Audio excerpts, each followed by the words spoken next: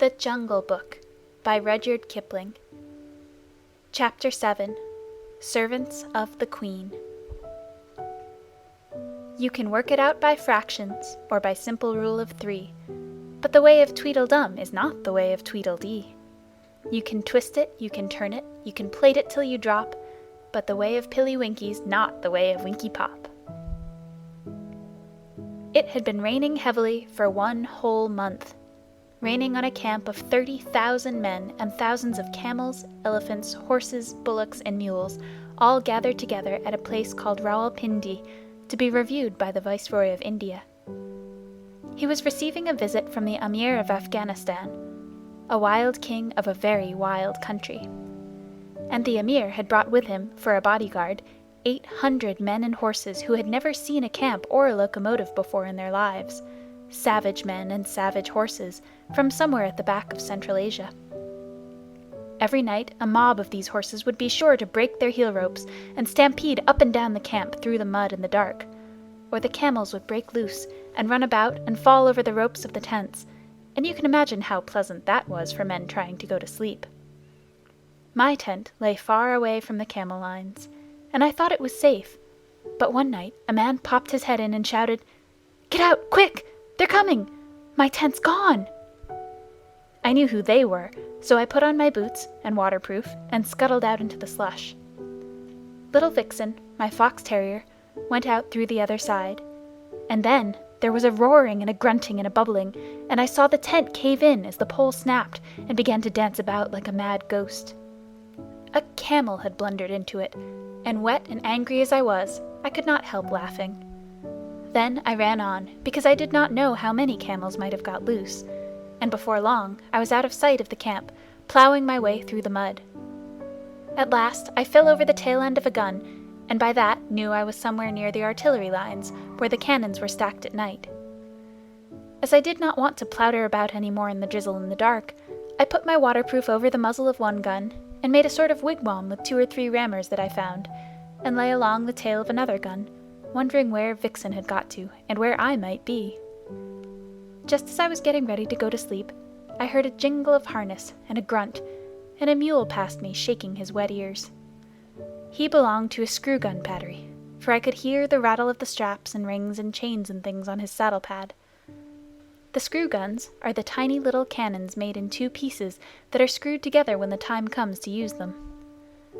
They are taken up mountains, anywhere that a mule can find a road, and they are very useful for fighting in rocky country.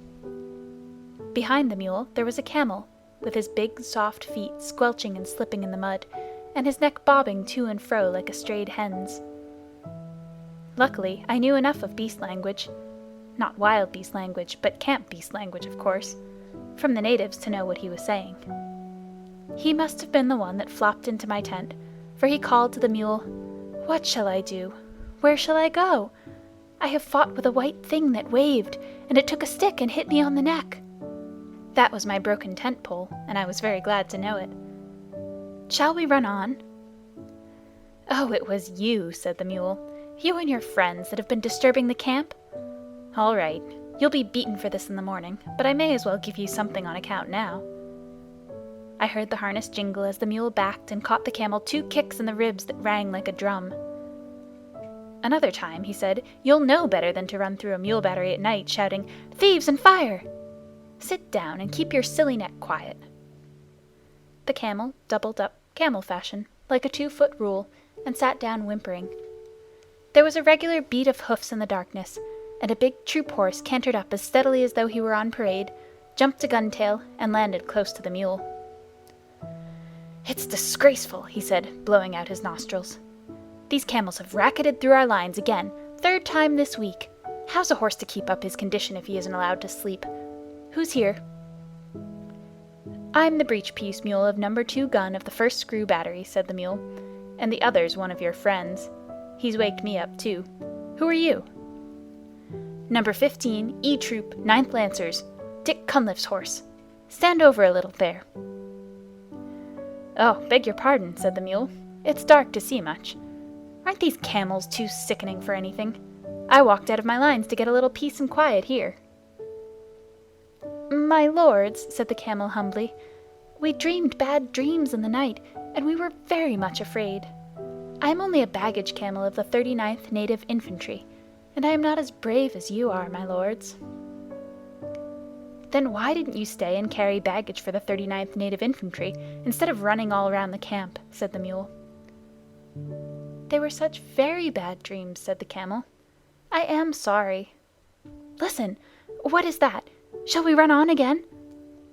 "Sit down," said the mule, "or you'll snap your long stick legs between the guns." He cocked one ear and listened. "Bullocks," he said. "Gun bullocks. On my word, you and your friends have waked the camp very thoroughly. It takes a good deal of prodding to put up a gun bullock." I heard a chain dragging along the ground, and a yoke of the great sulky white bullocks that drag the heavy siege guns when the elephants won't go any nearer to the firing came shouldering along together. And almost stepping on the chain was another battery mule, calling wildly for Billy. "That's one of our recruits," said the old mule to the troop horse. "He's calling for me. Here, youngster, stop squealing. The dark never hurt anybody yet."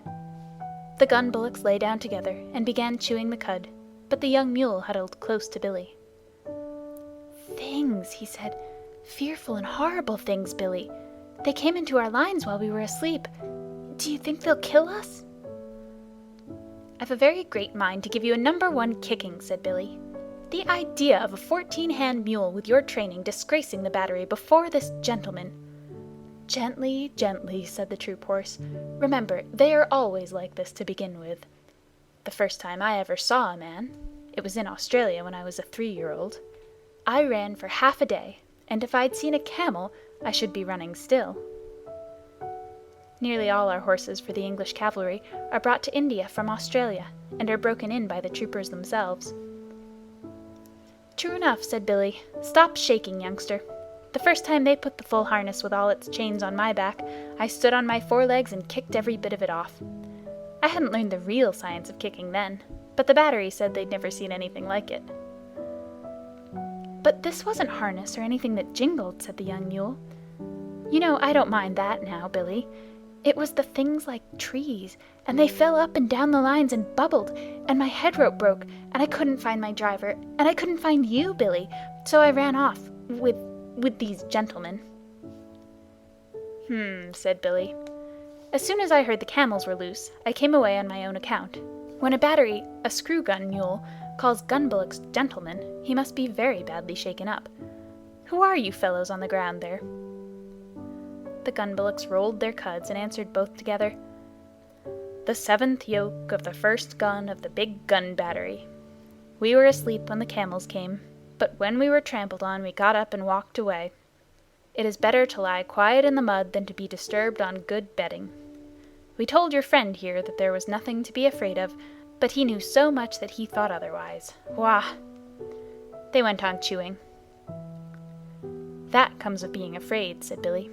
"You get laughed at by gun bullocks. I hope you like it, young'un." The young mule's teeth snapped, and I heard him say something about not being afraid of any beefy old bullock in the world. But the bullocks only clicked their horns together and went on chewing. "Now, don't be angry after you've been afraid. That's the worst kind of cowardice," said the troop horse. "Anybody can be forgiven for being scared in the night, I think, if they see things they don't understand. We've broken out of our pickets again and again, 450 of us, just because a new recruit got to telling tales of whip snakes at home in Australia, till we were scared to death of the loose ends of our head ropes." "That's all very well in camp," said Billy. "I'm not above stampeding myself for the fun of the thing, when I haven't been out for a day or two. But what do you do on active service?"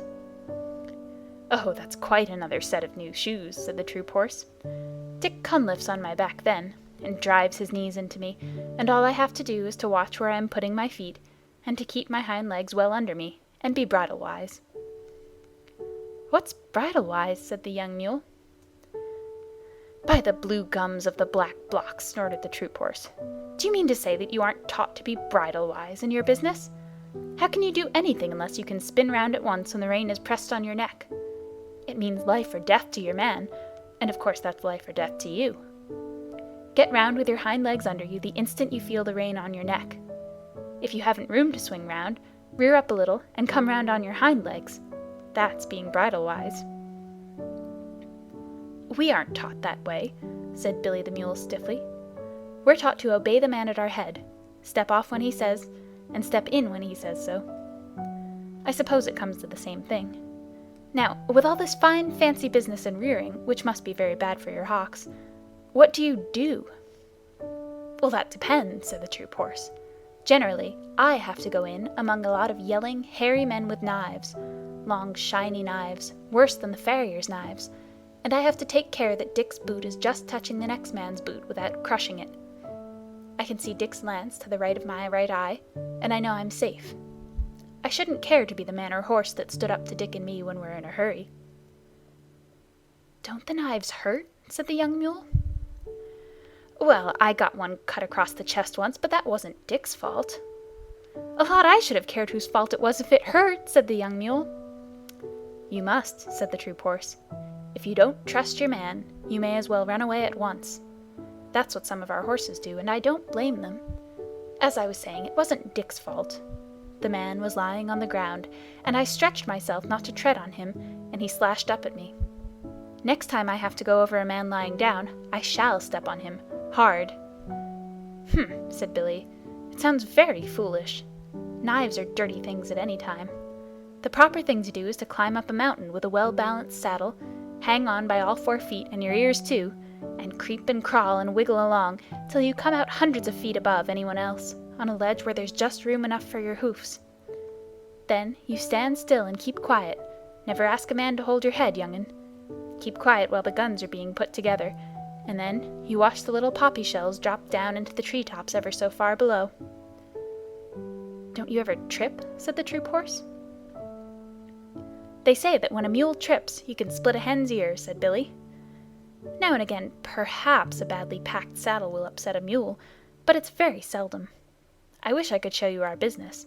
It's beautiful. Why, it took me 3 years to find out what the men were driving at. The science of the thing is never to show up against the skyline, because if you do, you may get fired at. Remember that, young'un. Always keep hidden as much as possible, even if you have to go a mile out of your way.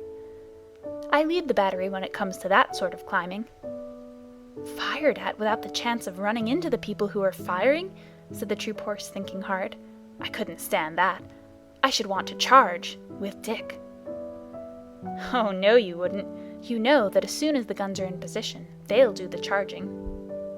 That's scientific and neat, but knives, pah!" The baggage camel had been bobbing his head to and fro for some time past, anxious to get a word in edgewise. Then I heard him say, as he cleared his throat nervously, I have fought a little, but not in that climbing way or that running way."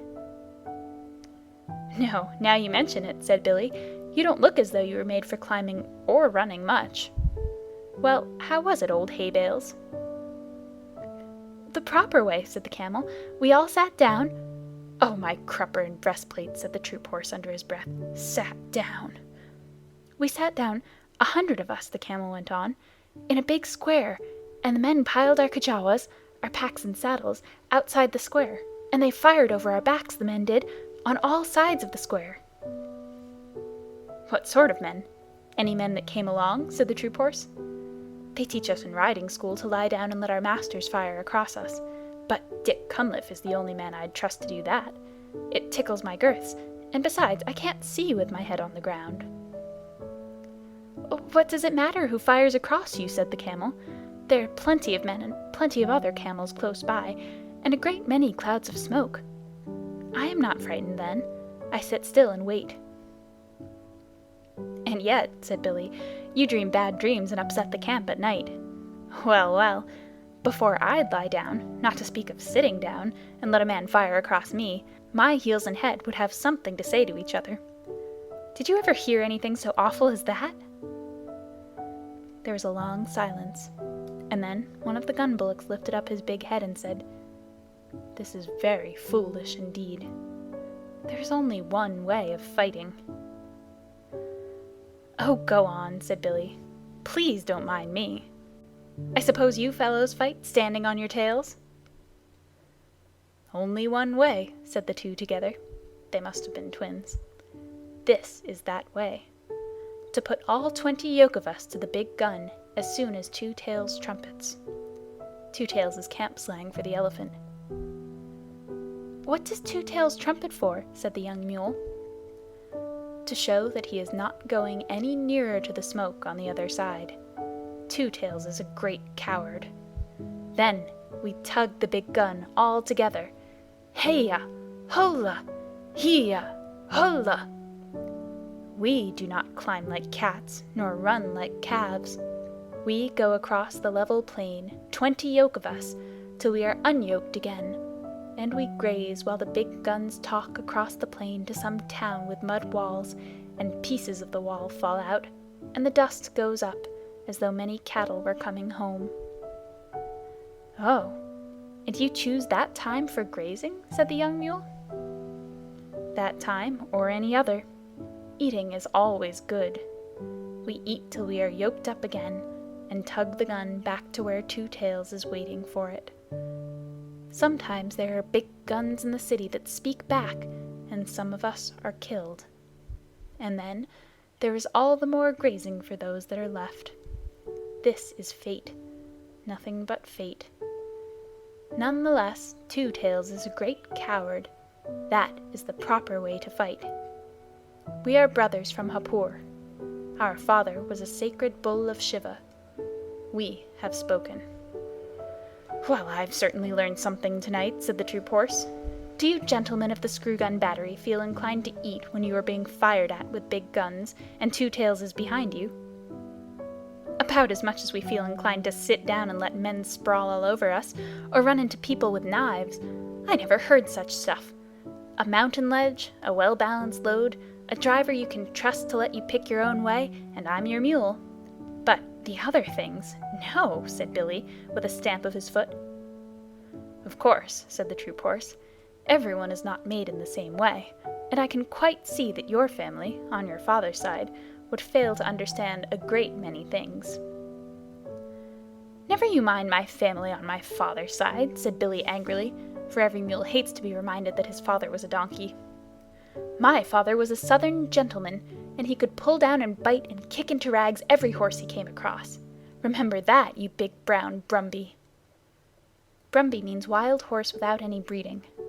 Imagine the feelings of Ormond if a bus horse called him a cocktail, and you can imagine how an Australian horse felt. I saw the white of his eye glitter in the dark. See here, you son of an important Malaga jackass, he said between his teeth. I'd have you know that I'm related on my mother's side to Carbine, winner of the Melbourne Cup, and where I come from we aren't accustomed to being ridden over roughshod by any parrot-mouthed, pig-headed mule in a pop-gun pea-shooter battery. Are you ready? On your hind legs, squealed Billy. They both reared up facing each other, and I was expecting a furious fight, when a gurgly, rumbly voice called out of the darkness to the right, Children, what are you fighting about there? Be quiet. Both beasts dropped down with a snort of disgust, for neither horse nor mule can bear to listen to an elephant's voice. It's Two Tails, said the troop horse. I can't stand him. A tail at each end isn't fair. My feelings exactly, said Billy, crowding into the troop horse for company. We're very alike in some things. I suppose we've inherited them from our mothers, said the troop horse. It's not worth quarreling about. Hi, Two Tails, are you tied up?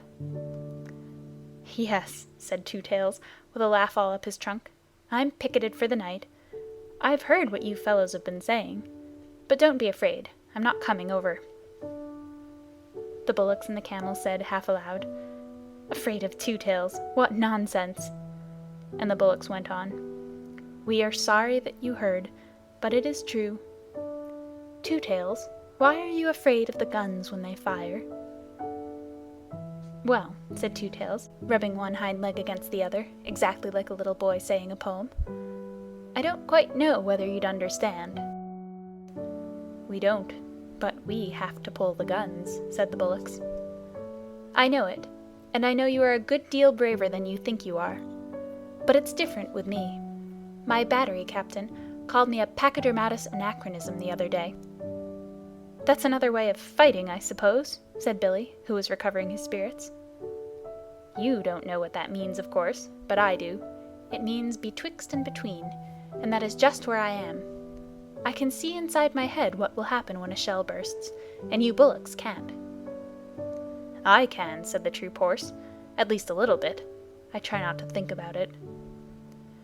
"I can see more than you do, and I do think about it. I know there's a great deal of me to take care of, and I know that nobody knows how to cure me when I'm sick. All they can do is to stop my driver's pay till I get well, and I can't trust my driver." "Ah," said the troop horse, "that explains it. I can trust Dick." "You could put a whole regiment of Dicks on my back without making me feel any better. I know just enough to be uncomfortable, and not enough to go on in spite of it." "We do not understand," said the bullocks. "I know you don't. I'm not talking to you. You don't know what blood is." "We do," said the bullocks. "It is red stuff that soaks into the ground and smells." The troop horse gave a kick and a bound and a snort. "Don't talk of it," he said. "I can smell it now, just thinking of it. It makes me want to run, when I haven't Dick on my back." "But it's not here," said the camel and the bullocks. "Why are you so stupid?" "It's vile stuff," said Billy. "I don't want to run, but I don't want to talk about it." "There you are," said Two Tails, waving his tail to explain. "Surely. Yes, we have been here all night," said the bullocks. Two Tails stamped his foot till the iron ring on it jingled.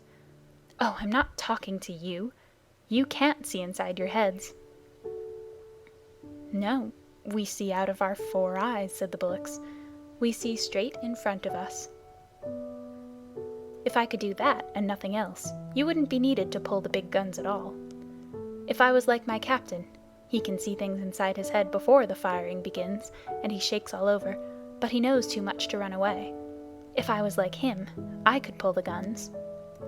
But if I were as wise as all that, I should never be here. I should be a king in the forest as I used to be, sleeping half the day and bathing when I liked.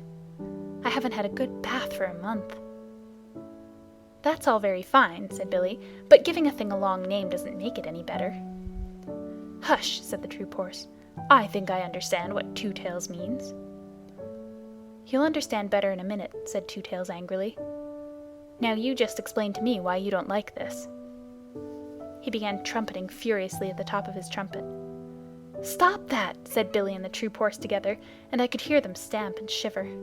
An elephant's trumpeting is always nasty, especially on a dark night. "I shan't stop," said Two Tails. "Won't you explain that, please?" "Humph! Humph! Rah!"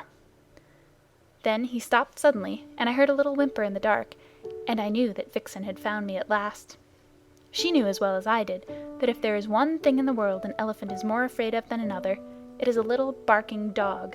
So she stopped to bully Two Tails and his pickets, and yapped round his big feet. Two Tails shuffled and squeaked. "Go away, little dog," he said. "Don't snuff at my ankles or I'll kick you. Good little dog. Nice little doggy, then. Go home, you yelping beast. Oh, why doesn't someone take her away? She'll bite me in a minute." "Seems to me," said Billy the troop horse, "that our friend Two Tails is afraid of most things. Now, if I had a full meal for every dog I've kicked across the parade ground, I should be as fat as Two Tails nearly." I whistled, and Vixen ran up to me, muddy all over, and licked my nose, and told me a long tale about hunting for me all through the camp. I never let her know that I understood beast talk, or she would have taken all sorts of liberties. So I buttoned her into the breast of my overcoat, and Two Tails shuffled and stamped and growled to himself. "Extraordinary, most extraordinary," he said. "It runs in our family. Now where has that nasty little beast gone to?" I heard him feeling about with his trunk. "We all seem to be affected in various ways," he went on, blowing his nose. "Now, you gentlemen were alarmed, I believe, when I trumpeted?" "Not alarmed exactly," said the troop horse, "but it made me feel as though I had hornets where my saddle ought to be. Don't begin again." "I'm frightened of a little dog, and the camel here is frightened by bad dreams in the night." "It is very lucky for us that we haven't all got to fight in the same way," said the troop horse. "What I want to know," said the young mule, who had been quiet for a long while, "what I want to know is, why we have to fight at all." "Because we're told to," said the troop horse, with a snort of contempt. "Orders," said Billy the Mule, and his teeth snapped. "Hook-'em high!" "It is an order," said the Camel with a gurgle, and Two Tails and the bullocks repeated, "Hook-'em high!" "Yes, but who gives the orders?" said the recruit Mule. "The man who walks at your head, or sits on your back, and holds the nose rope, or twists your tail," said Billy, and the troop horse and the Camel and the bullocks one after the other. "But who gives them the orders?"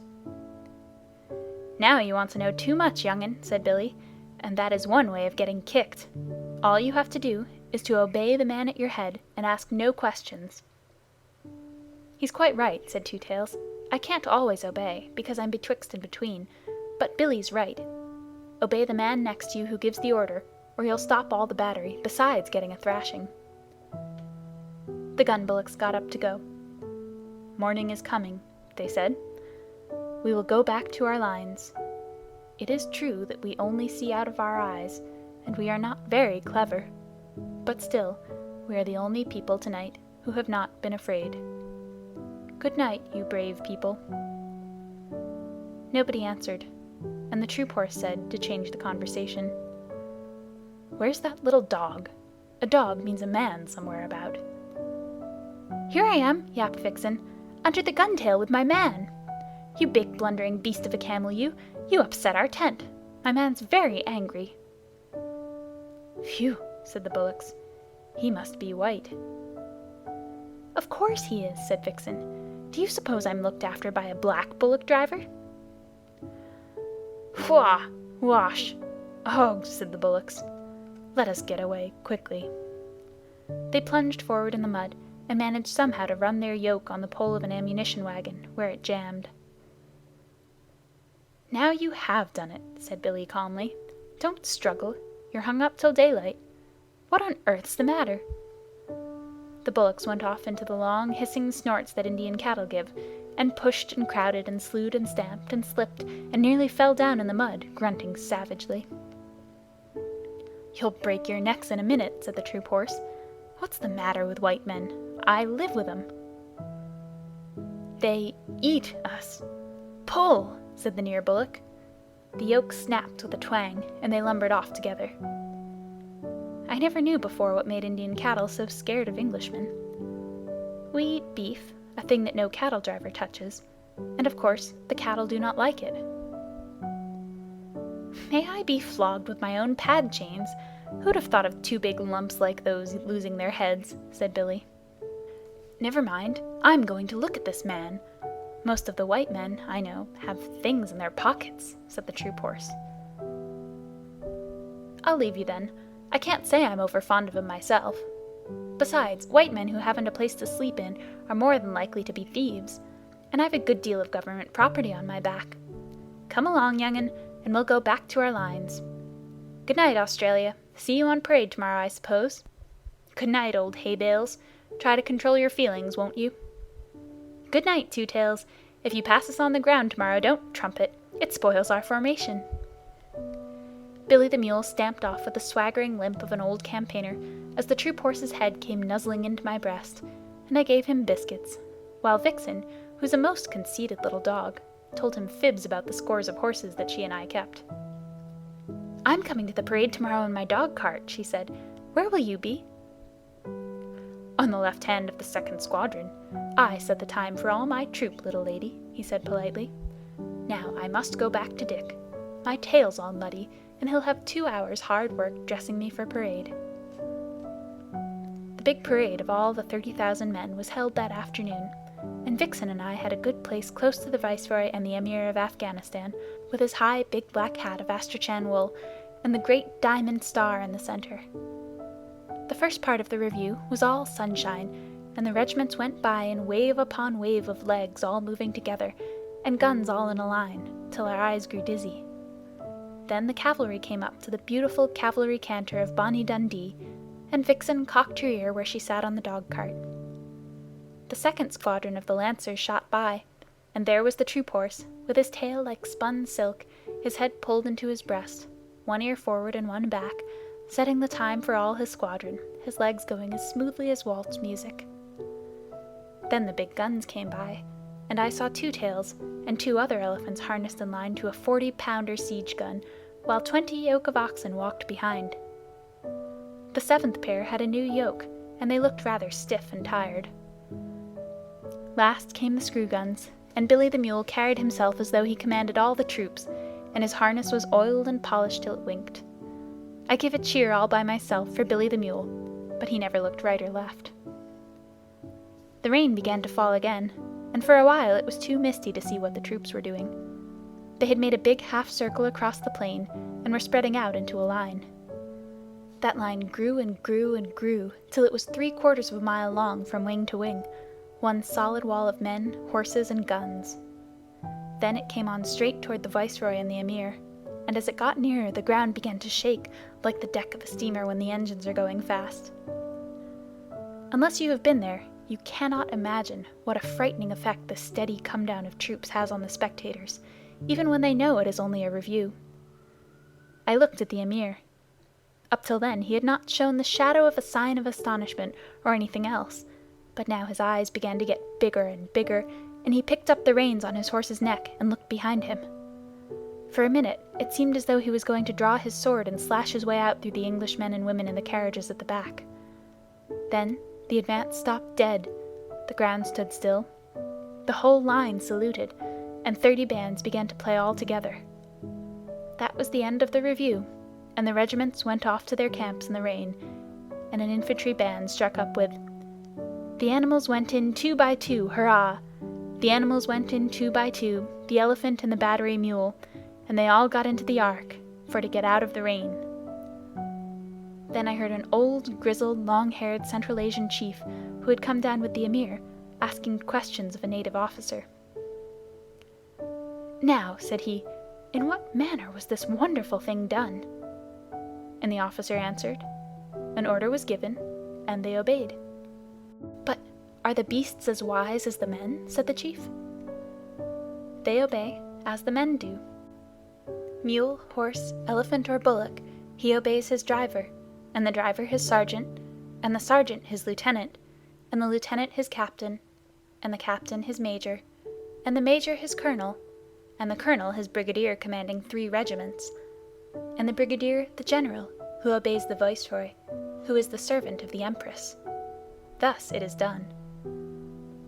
"Would it were so in Afghanistan," said the chief, "for there we obey only our own wills." "And for that reason," said the native officer, twirling his mustache, "your Emir, whom you do not obey, must come here and take orders from our viceroy." Parade Song of the Camp Animals. Elephants of the Gun Team. We lent to Alexander the strength of Hercules, the wisdom of our foreheads, the cunning of our knees. We bowed our necks to service, they ne'er were loosed again. Make way there, way for the 10-foot teams of the 40-pounder train. Gun bullocks.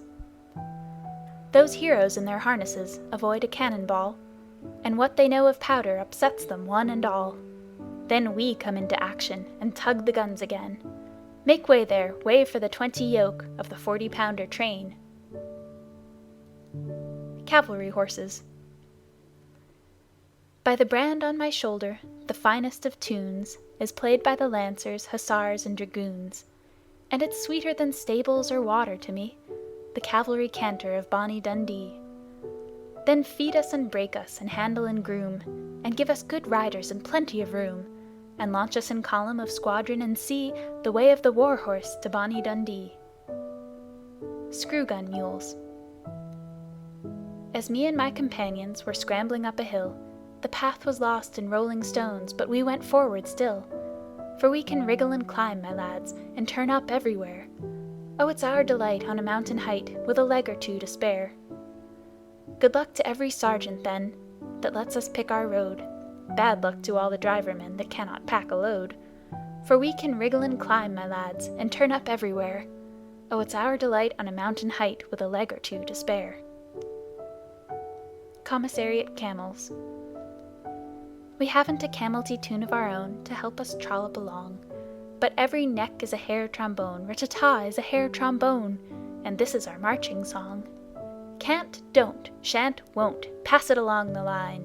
Somebody's pack has slid from his back, wish it were only mine. Somebody's load has tipped off in the road, cheer for a halt and a row. Ur, yar, grr, ar, somebody's catching it now.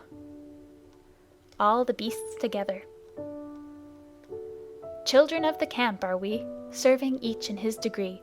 Children of the yoke and goad, pack and harness, pad and load. See our line across the plain, like a heel rope bent again, reaching, writhing, rolling far, sweeping all away to war. While the men that walk beside, dusty, silent, heavy-eyed, cannot tell why we or they march and suffer day by day. Children of the camp are we, serving each in his degree. Children of the yoke and goad, pack and harness, pad and load. End of Chapter 7. End of The Jungle Book by Rudyard Kipling.